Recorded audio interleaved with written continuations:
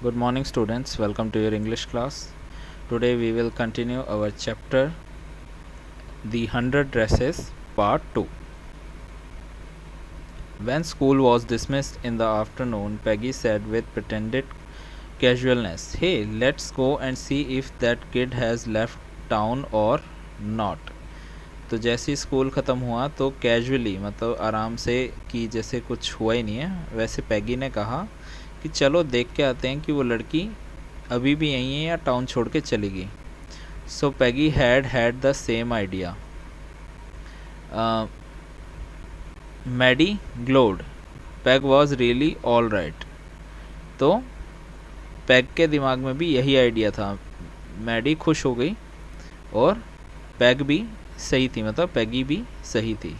The two girls hurried out of the building up and the street toward Bogging Heights, the part of town that wore such a forbidding air on this kind of November afternoon, drizzling, damp and dismal. तो उसके बाद वो फटाफट building से निकली, school की building से, और कहाँ जाने लगी? बॉगिंग स्ट्रीट में. और वो काफ़ी फॉरबिडन एयर, मतलब फॉरबिडन मतलब होता है जिसको अवॉइड करते हैं, ऐसी एयर थी वहाँ की, मतलब काफ़ी बुरी हवा थी वहाँ की. और क्या टाइम था वहाँ? नवंबर आफ्टरनून, नवंबर की आफ्टरनून थी वो. और drizzly, damp and dismal. Damp and dismal का मतलब क्या होता है? Wait and sand. वेट मतलब गीला, वेट एंड सैड, ठीक है. गीला और उदास, मतलब नवंबर की आफ्टरनून थी. ड्रिजिंग मतलब हल्की हल्की बारिश हो रही थी, और सब कुछ वेट था और काफ़ी सैड सा माहौल था, मतलब होता है ना, डिप्रेसिंग सा माहौल था. Well at least said Peggy gruffly, I never did call her a foreigner or make fun of her name. Peggy ने कहा चलो कम से कम मैंने उसको कभी फॉरनर नहीं कहा और उसके नाम का मजाक नहीं उड़ा. I never thought she had the sense to know we were making fun of her anyway. I thought she was too dumb and look how she can draw. उसने कहा कि मुझे लगा कि उसको समझ ही नहीं आ रहा कि हम मजाक कर रहे हैं उसके साथ, और इसलिए मैं उसका मजाक उड़ाती रहती थी. मुझे लगा वो बिल्कुल बेवकूफ़ है, पर देखो वो कितना अच्छा ड्राइंग कर लेती है. Maddie could say nothing. All she hoped was that they would find Wanda. Maddie कुछ नहीं बोल पाई, वो बस ये उम्मीद कर रही थी कि वांडा मिल जाए. She wanted to tell her that they were sorry they had picked on her and how wonderful the whole school thought she was, and please not to move away and everybody would be nice. तो कहते उसके मन में ये था कि वो जैसे ही वांडा को ढूंढे वो उसे सॉरी बोले, तक क्योंकि वो उसे परेशान करते हैं. पिक्ड ऑन हर मतलब उसको छेड़ते थे, परेशान करते थे. और वो बताना चाहती थी कि सारा स्कूल सोचता है कि वो कितनी वंडरफुल है और वो उसे जाना नहीं चाहिए, सब कुछ ठीक हो जाएगा.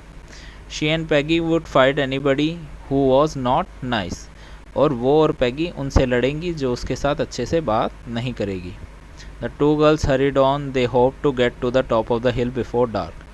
दोनों लड़कियां बहुत तेज़ी से चलने लगी. वो हिल के टॉप पे पहुंचना चाहती थी अंधेरा होने से पहले. I think that's where the Petronsky live, said Maddie, pointing a little white house. तो एक सफ़ेद से छोटे से घर की तरफ मैडी ने इशारा करके कहा, आई थिंक वहाँ पे पेट्रोस्की रहते हैं, मतलब वांडा का घर वहाँ पे है. Wisp of a old grass tuck up here and there along the pathway like thin kittens. तो छोटे छोटे घास के जो टुकड़े होते हैं, मतलब एक तरीके से झाड़ से लगे हुए थे वहाँ पे, यहाँ वहाँ, और ऐसे लग रहे हैं छोटे छोटे किटन्स है, बिल्ली के बच्चे हैं. The house and its sparse little yard looked shabby but clean. जो उनका हाउस था और उनका यार्ड था वो काफ़ी शैबी, मतलब काफ़ी घास उगी हुई थी, पर फिर भी साफ लग रहा था. It reminded Maddie of Wanda's one dress, her faded blue cotton dress, shabby but clean. तभी उसे वांडा की एक ड्रेस याद आई जो फेडेड ब्लू कलर की थी, कॉटन ड्रेस थी, वो शैबी थी बट क्लीन थी, ठीक है, मतलब उसका कलर सारा उड़ा हुआ था बट वो फिर भी क्लीन थी. There was not a sign of life about the house. Peggy knocked firmly on the door but there was no answer. ऐसा नहीं लग रहा था कि घर में कोई भी है। साइन ऑफ लाइफ मतलब कोई ऐसे ज़िंदा, मतलब कोई पर्सन है अंदर, ऐसा लग नहीं रहा था। पैगी ने दरवाज़ा खटखटाया पर अंदर से कोई आवाज़ नहीं। She and Maddie went around to the back yard and knock there. वो और मैडी घर के पीछे गए यार्ड में और वहाँ पे भी खटखटाया। देयर स्टिल नो आंसर, वहाँ से भी कोई आंसर नहीं आया। There was no doubt about it, the Petronski were gone, how could they ever make amends. सो उन्हें पक्का हो गया था कि पेट्रोस्की यहाँ से जा चुके हैं। उन्हें समझ नहीं आ रहा था कि हम माफ़ी कैसे मांगे। They turn slowly and made their way back down the hill.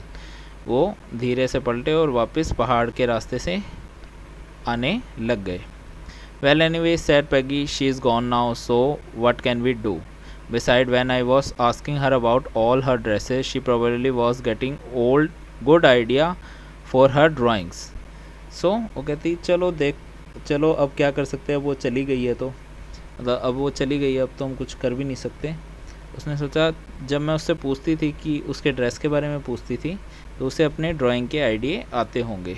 She might not even have won the contest otherwise, वरना वो कभी कॉन्टेस्ट नहीं जीतती। मतलब उसका कहने का मतलब ये था, मैं उससे ड्राइंग के उसके ड्रेसेस के बारे में पूछती थी तो वो अपने ड्रेस के बारे में बताती थी डिटेल में, और इस वजह से उसे अपनी ड्राइंग में हेल्प मिली क्योंकि उसे अपनी ड्रेसेस अच्छे से याद थी और वो कॉन्टेस्ट जीत गई।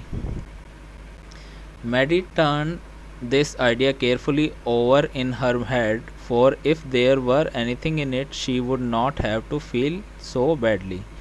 सो मैडी ने भी इस आइडिया को काफ़ी केयरफुली अपने दिमाग में सोचा, और मतलब उसने जानबूझ के ऐसे सोचा ताकि उसको अपने आप में बुरा फील ना हो कि हमने चलो कोई सी तरीके से उसकी हेल्प ही की है। But that night she could not get to sleep, पर वो अगले दिन वो सो नहीं पाई, मतलब वो पूरी रात उस दिन सो नहीं पाई। She thought about Wanda and her faded blue dress and the little house and she had lived in. वो पूरी रात वांडा के बारे में सोचती रही और उसके घर के बारे में और उसकी ब्लू ड्रेस के बारे में। And she thought of all the glowing picture those 100 dresses made all lined up in the classroom, और वो उन पिक्चर्स के बारे में भी सोची थी, वो 100 ड्रेसेस जो चमक रही थी क्लासरूम के अंदर और एक लाइन में अरेंज्ड है। At last Maddie set up in the bed and pressed her forehead tight in her hands, really thought this was the hardest thinking she had ever done. उसके बाद वो बेड के ऊपर बैठ गई और अपना माथा ज़ोर से दबाने लगी और सोचने लगी। ये सबसे ज़्यादा गहरी सोच थी उसकी आज तक की लाइफ की। This was the after a long time she reached an important conclusion. काफ़ी देर सोचने के बाद वो एक कंक्लूजन पे पहुंची। She was never going to stand by and say nothing again. उसने डिसाइड किया आज के बाद मैं कभी भी ऐसे स्टैंड बाई पे नहीं खड़ी रहूँगी, मतलब चुपचाप नहीं खड़ी रहूँगी। और ऐसा नहीं है कि साइड में खड़ी रहूँगी, मतलब ऐसे होता है ना कि ऑडियंस की तरह बस देखती रहूँगी और चुपचाप खड़ी रहूँगी, ऐसा कभी नहीं होगा। If she ever heard anybody picking on someone because they were funny looking or because they had strange name, she would speak up. उसने डिसाइड किया कि आज से मैंने अगर किसी को परेशान करते हुए देखा या किसी का मजाक उड़ाते हुए देखा या गलत नाम लेते हुए देखा किसी का, तो वो बोलेगी। Even if it meant losing Peggy's friendship, अगर इसकी वजह से पैगी की फ्रेंडशिप भी छोड़नी पड़े तो भी। She had no way of making things right with Wanda, but from now on she would never make anybody else that unhappy again. उसने कहा कि मैं वांडा के साथ सब कुछ सही नहीं कर सकती, बट आज के बाद मैं इस वजह से कोई और अनहैप्पी या मतलब उदास नहीं होगा। So I hope you have understood this much of chapter. Go through it again and also read the glossary. We will continue our chapter in the next video. Thank you and have a nice day.